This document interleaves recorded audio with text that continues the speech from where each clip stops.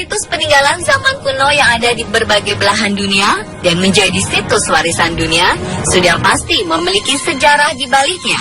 Namun di antaranya terdapat sebuah kisah kelam di mana tempat-tempat tersebut konon diyakini tempat yang terkena azab dari Tuhan.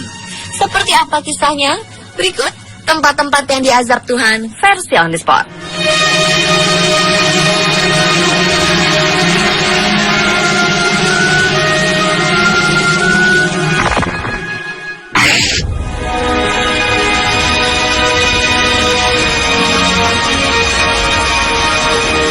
Pompei merupakan kota pada zaman Romawi kuno di Campania, Italia. Konon, kota Pompei diyakini sebagai kota maksiat yang terkena azab berupa letusan gunung Vesuvius pada abad 79 Masehi hingga akhirnya lenyap terkubur selama 1700 tahun. Catatan sejarah menyebutkan kota Pompei merupakan simbol kemerosotan moral pada masa kekaisaran Romawi. Konon, dahulu kala di kota ini marak terjadi perilaku seksual menyimpang, menggelar pesta mengumbar semua kegilaan duniawi dan pergaulan bebas lawan jenis dan sejenis yang nyaris menjadi kebiasaan warga kota.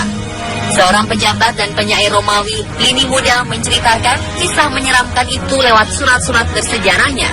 Konon, letusan berlangsung terus-menerus selama 24 jam, diiringi hujan debu, awan panas, serta lava pijar. Awan panas yang muncul setelah kubah lava runtuh memanggang Pompei dan hujan abu vulkanik mengubur penduduk hidup-hidup selama ribuan tahun. Hingga pada suatu waktu, reruntuhan kota ini akhirnya ditemukan di kota Naples, Italia, setelah para ahli arkeolog melakukan penggalian dan penelitian. Saat ditemukan banyak rangka jasad bergelimpangan di berbagai sudut. Jasad-jasad tersebut ditemukan sedang melakukan maksiat.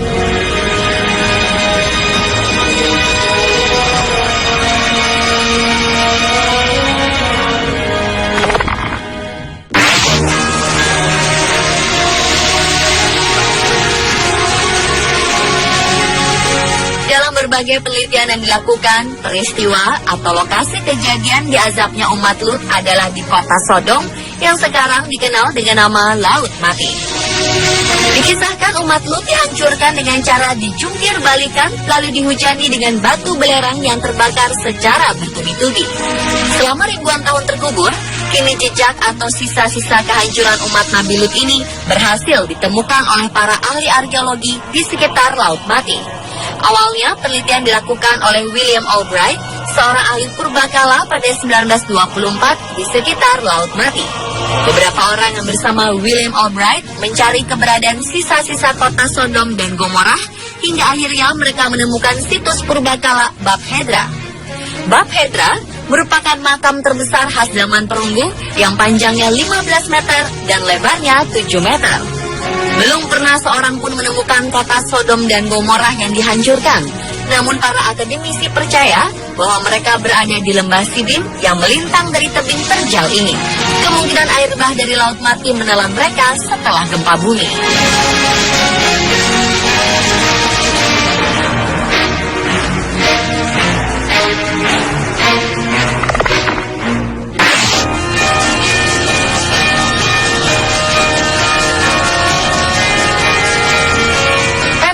Merupakan sebuah situs arkeologikal di Ma'an, Yordania yang terkenal dengan bangunan arsitektur yang dipahat pada bebatuan serta sistem pengairannya dan saat ini menjadi lokasi favorit para turis. Namun di balik itu, ternyata kota Petra juga menyimpan kisah kelam. Konon, pada zaman dahulu, warga Petra adalah penyembah berhala yang berbentuk batu hitam dan tak beraturan. Petra adalah ibu kota suku Nabatean, salah satu rumpun bangsa Arab yang hidup sebelum masuknya bangsa Romawi. Mereka dikenal sebagai suku pengembara yang berkelana ke berbagai penjuru dengan kawanan onta dan domba. Petra akhirnya dikuasai kerajaan Romawi sampai 363 Masehi saat sebuah gempa dahsyat meluluh lantakan sebagian besar kota. Setelah kejadian itu, kota dibiarkan hancur dan perlahan mulai dilupakan orang. Situs Petra tak pernah ditemukan oleh dunia barat hingga pada tahun 1812 ketika pengelana dari Swiss, Johann Ludwig Burckhardt, menemukannya untuk pertama kalinya. Saat ini Petra menjadi salah satu situs warisan dunia oleh UNESCO sejak 6 Desember 1985.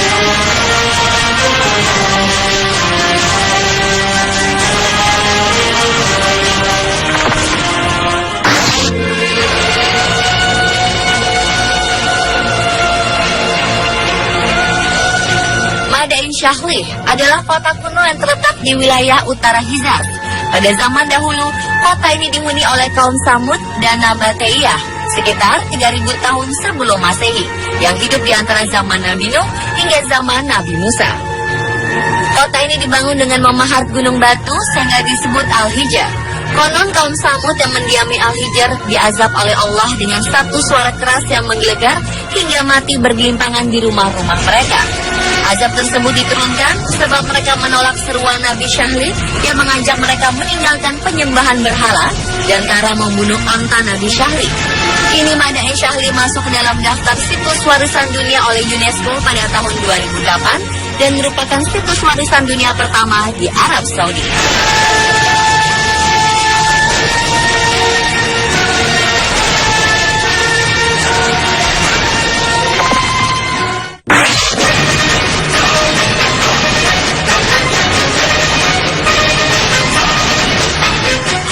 Merupakan sebuah wilayah yang konon pada zaman dahulu kala ditinggali oleh kaum Ad. Hos memiliki arti pasir yang miring. Dikisahkan kaum Ad merupakan kaum yang durhaka kepada Allah dengan menjadikan kaum yang pertama kali menyembah berhala setelah peristiwa banjir besar dan luluh lantaknya umat manusia kafir pada masa Nabi Nuh. Konon kaum Ad mendapat azab berupa angin yang sangat kencang. Saking kencangnya, angin tersebut lalu memutar kepala-kepala mereka hingga putus, dan yang tersisa hanya jasad-jasad tanpa kepala. Namun setelah berabad-abad lamanya, jejak peristiwa mahadahsyat itu ternyata dapat ditelusuri kembali. Sejumlah ulama, ahli tafsir, hingga ahli geografi melakukan penelitian. Peninggalan-peninggalan kaum Ad memang telah musnah tertimbun pasir. Namun penggalian dan penelitian arkeologi sejak tahun 1980-an hingga 2000-an berhasil menemukan sisa-sisa bangunan yang dianggap peninggalan kaum Ad. Kini wilayah tersebut diyakini bernama Za'afar dan merupakan bagian dari negara Yaman yang berbatasan langsung dengan Oman.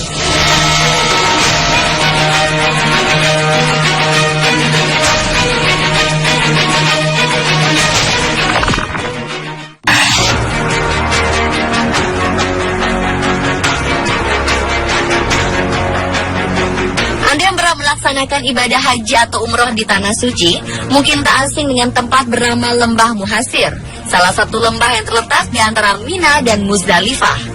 Saat jemaah haji atau umroh hendak melaksanakan ibadah lempar jumroh dan bermalam di Mina, mereka akan melewati lembah ini. Sejarah dari lembah ini sangat populer. Konon, tempat ini merupakan lokasi terjadinya penyerangan terhadap Mekah oleh pasukan gajah yang dipimpin Raja Abraha. Namun belum sampai pada tujuan utama, Raja Abraha telah dihentikan dengan turunnya azab dari Allah Subhanahu wa Ta'ala berupa burung-burung ababil yang melempari pasukan gajah dengan batu-batu dari neraka. Karena pasukan gajah yang melewati lembah itu seketika lemah tak berdaya dan tidak bisa melanjutkan perjalanan menuju Mekah, lembah itu pun diberi nama Muhasir yang berarti lemah. Diketahui salah satu sunnah yang perlu dilakukan jemaah haji atau umroh ketika melewati lembah Muhasir adalah harus mempercepat jalan.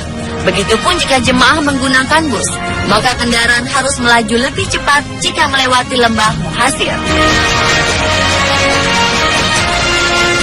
Pemirsa, itulah kisah tempat yang diazab Tuhan versi on the spot.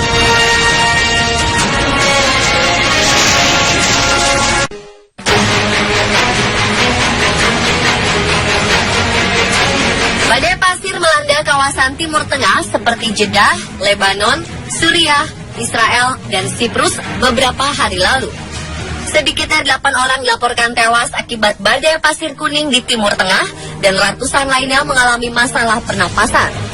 Di Lebanon, menurut data dari Kementerian Kesehatan setempat, 2 wanita tewas dan sekitar 750 orang dilaporkan mengalami masalah pernapasan dirawat di rumah sakit. Pengungsi Suriah yang berlindung di kamp-kamp resmi di Lebanon juga terkena imbasnya. Sedangkan di Suriah, badai pasir telah menewaskan 3 orang di Provinsi Hama.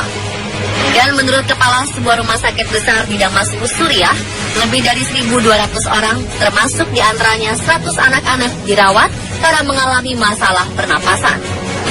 Pada 8 September, Badan Antariksa Amerika Serikat NASA meluncurkan gambar jepretan badai pasir berwarna kuning itu. Dalam gambar tersebut, terlihat pola dari debu dan pasir berputar-putar yang menjadi penyebab berkurangnya visibilitas dan menyebabkan bahaya kesehatan di Timur Tengah.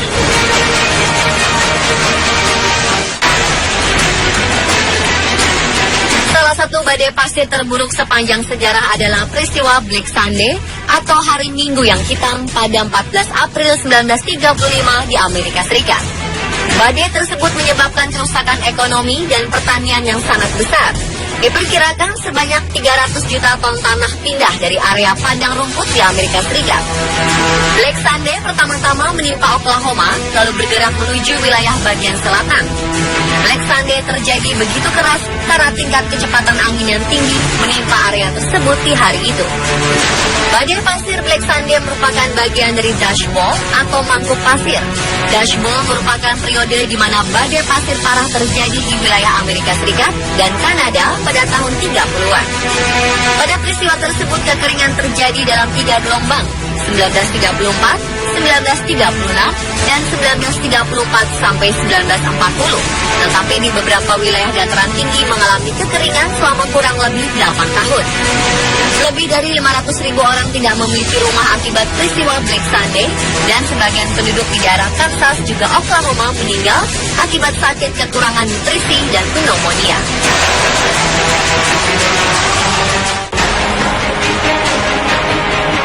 Badai pasir yang dalam bahasa Inggris disebut dust storm atau sandstorm ini merupakan sebuah fenomena meteorologi yang umum terjadi di daerah arid atau gersang dan semi arid. Utamanya pada tanah yang kering yang disebabkan oleh meningkatnya kecepatan angin dalam suatu wilayah yang luas. Badai pasir dapat memindahkan keseluruhan bukit pasir dan membawa pasir dalam jumlah besar hingga dapat menyerupai dinding pasir dengan tinggi yang bisa mencapai 1,6 km. Orang-orang Timur Tengah terutama Arab menyebut badai pasir dengan sebutan habok. Badai pasir merupakan sebuah fenomena yang kerap terjadi di tempat yang kering atau di arah gurun. Namun waktu terjadi badai ini tak pernah bisa dipastikan dalam periode tertentu. Fenomena alam ini membuat beberapa wilayah mengalami gelap total karena tertutup pasir yang disebabkan oleh angin kencang yang menerpa pasir di permukaan sehingga pasir dan material kecil ataupun besar terangkat dan berterbangan dengan jumlah yang sangat banyak. Seorang warga di Jeddah sempat merekam badai pasir yang terjadi 7 September lalu dengan kamera amatir, memperlihatkan penampakan dari badai pasir yang menutupi wilayah yang dilaluinya. Terlihat juga langit yang tadi yang cerah berubah menjadi gelap gulita. Selain di daerah gurun, badai pasir juga pernah menimpa Arizona, Amerika Serikat pada tahun 2011, Australia, dan Tiongkok.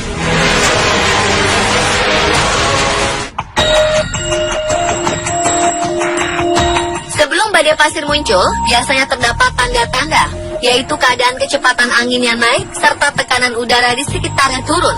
Lalu bagaimana badai pasir itu bisa terjadi? Badai pasir disebabkan oleh dua hal utama, yaitu arus udara atau angin yang kuat dan kencang, dan sumber pasir atau debu yang kering dan terbuka. Permukaan yang kering dan penuh debu terkena badai yang membuat partikel-partikel debu itu terangkat ke atas, naik bersama angin badai, dan terkumpul di gumpalan awan yang siap menurunkan hujan.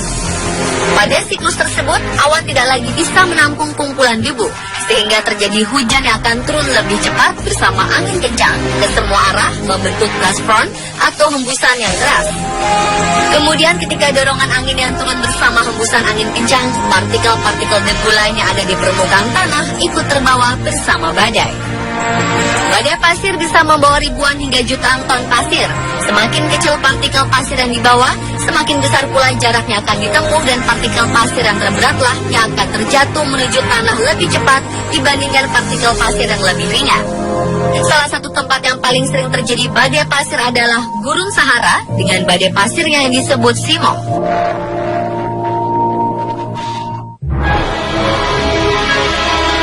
Ketika badai pasir terjadi, apa saja dampak yang mungkin terjadi bagi kesehatan? Kandungan dari badai pasir terdapat berupa partikel padat, toksin, virus atau bakteri, serta bahan lain seperti sulfur, logam berat, karbon monoksida, dan mungkin juga bahan pestisida. Keluhan yang mungkin timbul akibat badai pasir diantaranya adalah batuk, pilek, serangan asma akut, iritasi mata, sakit kepala, nyeri badan, gangguan tidur, dan gangguan psikologis. Untuk itu, langkah yang bisa dilakukan ketika terjadi badai pasir adalah mengenakan masker di hidung dan mulut, melindungi mata, serta menuju ke dataran yang lebih tinggi. Jika memiliki respirator atau masker yang dirancang untuk menyaring partikel kecil, sebaiknya langsung dikenakan. Namun jika tidak memiliki masker atau respirator, tutup bagian mulut dan hidung dengan kain yang sudah dibasahi dengan sedikit air. Jika perlu, oleskan sedikit petroleum jelly ke dalam lubang hidung untuk mencegah pengeringan selaput lendir. Kemudian kenakan kacamata untuk melindungi bagian mata atau lindungi wajah dengan lengan ketika berjalan. Pemirsa, itulah penjelasan tentang fenomena badai pasir.